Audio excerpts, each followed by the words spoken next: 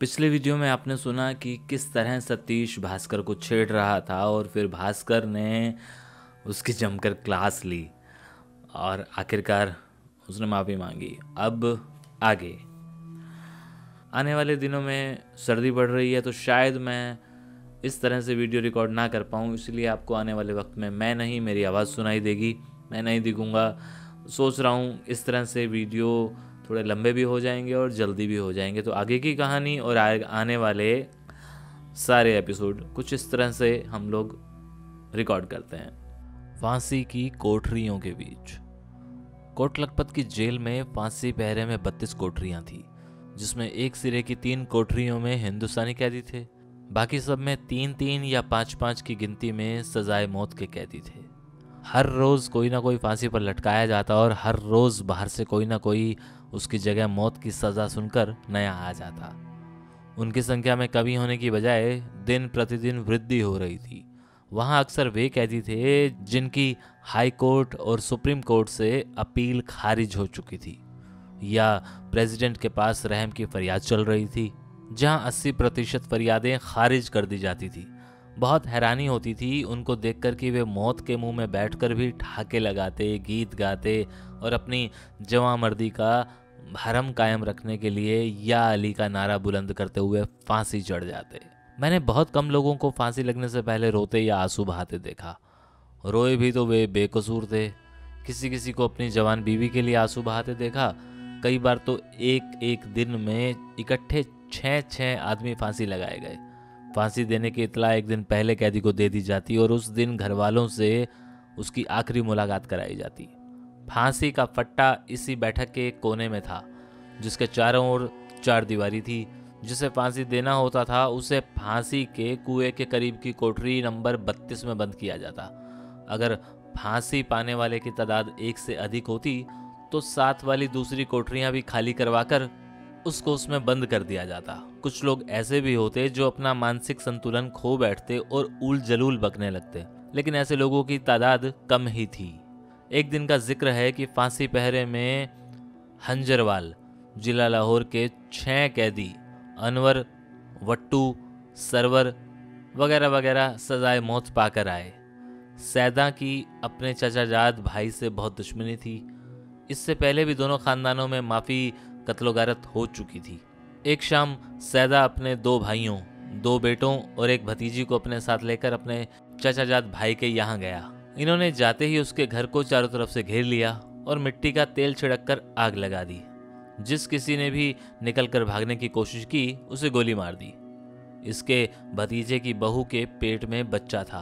वह सैदे की बहन की लड़की थी। वह पाँव में आकर गिर पड़ी और गिड़गिड़ाई कि मैं तो तेरी बहू बेटी हूँ, मुझे तो ना मार, मेरे पेट में बच्चा है, इस पर तो तरस खा। लेकिन पत्थर दिल सैदा बिल्कुल मौन नहीं हुआ और बोला, तेरे पेट में जो भी पैदा होगा वह सैदा का दुश्मन होगा, इसलिए मैं यह खतरा क्यों मोल लूं।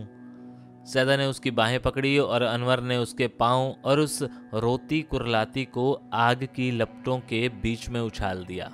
इस तरह इन्होंने 11 इंसानों की जान ली। 2 बच्चे जो तकरीबन 5 और 7 साल के थे, वे गेहूं के दाने रखने वाले मिट्टी के पिटारे में जा छुपे। जब मलबा हटाया गया तो वे उस पिटारे के धुएं की वजह से बेहोश पड़े थे। वही इस नरसंहार के चश्मदीद गवाह थे। सैदा और उसके 5 साथियों पर 12 लोगों के कत्ल का मुकदमा चला, जिसमें वह बच्चा भी शामिल था, जिसे दुनिया देखना भी नसीब नहीं हुआ और 7 महीने का वह मां के पेट में जलकर ही राख हो गया। बच्चों के बयान पर इन सबको सजाए मौत हुई और ये फांसी पाने के लिए हमारी बैरक में बंद किए गए। इनमें सबसे खूबसूरत और नौजवान 22 साला सरवर था। 22 साल का खूबसूरत जवान मैंने अपनी ज़िंदगी में ऐसा तो नहीं देखा था।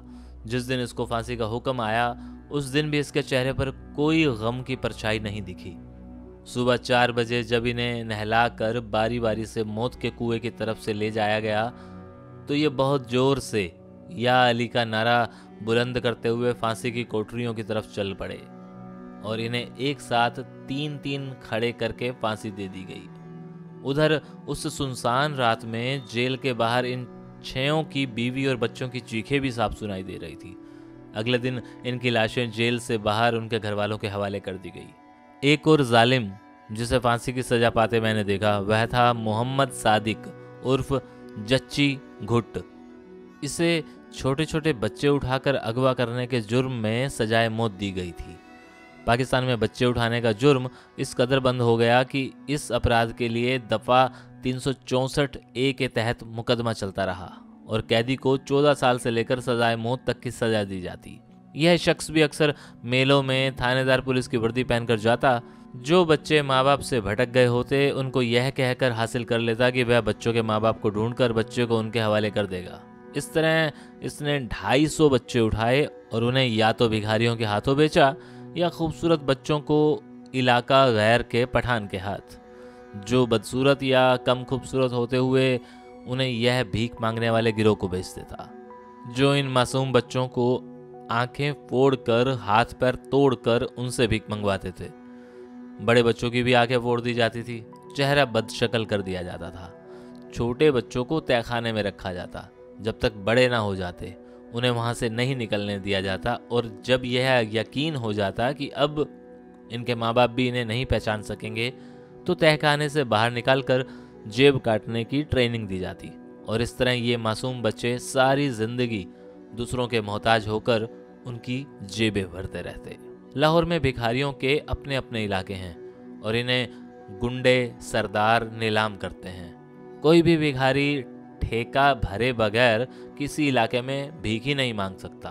खूबसूरत बच्चे इलाका गैर में पठानों के यहाँ बेच दिए जाते, जिनको वह बड़ा हो जाने पर लौंडा बना कर रखते और उनसे बदफेल यानी बुरा काम करते। पठानों में लौंडा रखना बड़ी शान की बात समझी जाती है और जिस पठान सरदार के यहाँ लौंडा नहीं होता उसकी कदर भी नहीं होती। जिस दिन मोहम्मद सादिक गिरफ्तार हुआ उस दिन भी मेले में एक बच्चे को पुरानी तरकीब भिड़ाकर हासिल करके ले जा रहा था। तभी पाकिस्तान CID के एक आदमी को उस पर शक हो गया और उसने उसका पीछा किया। जब उसे पुलिस स्टेशन के बजाय शहर के बाहर सुनसान इलाके की तरफ जाते देखा तो उसका शक और भी गहरा हो गया। इस तरह उसके ठिकाने का पता लग गया।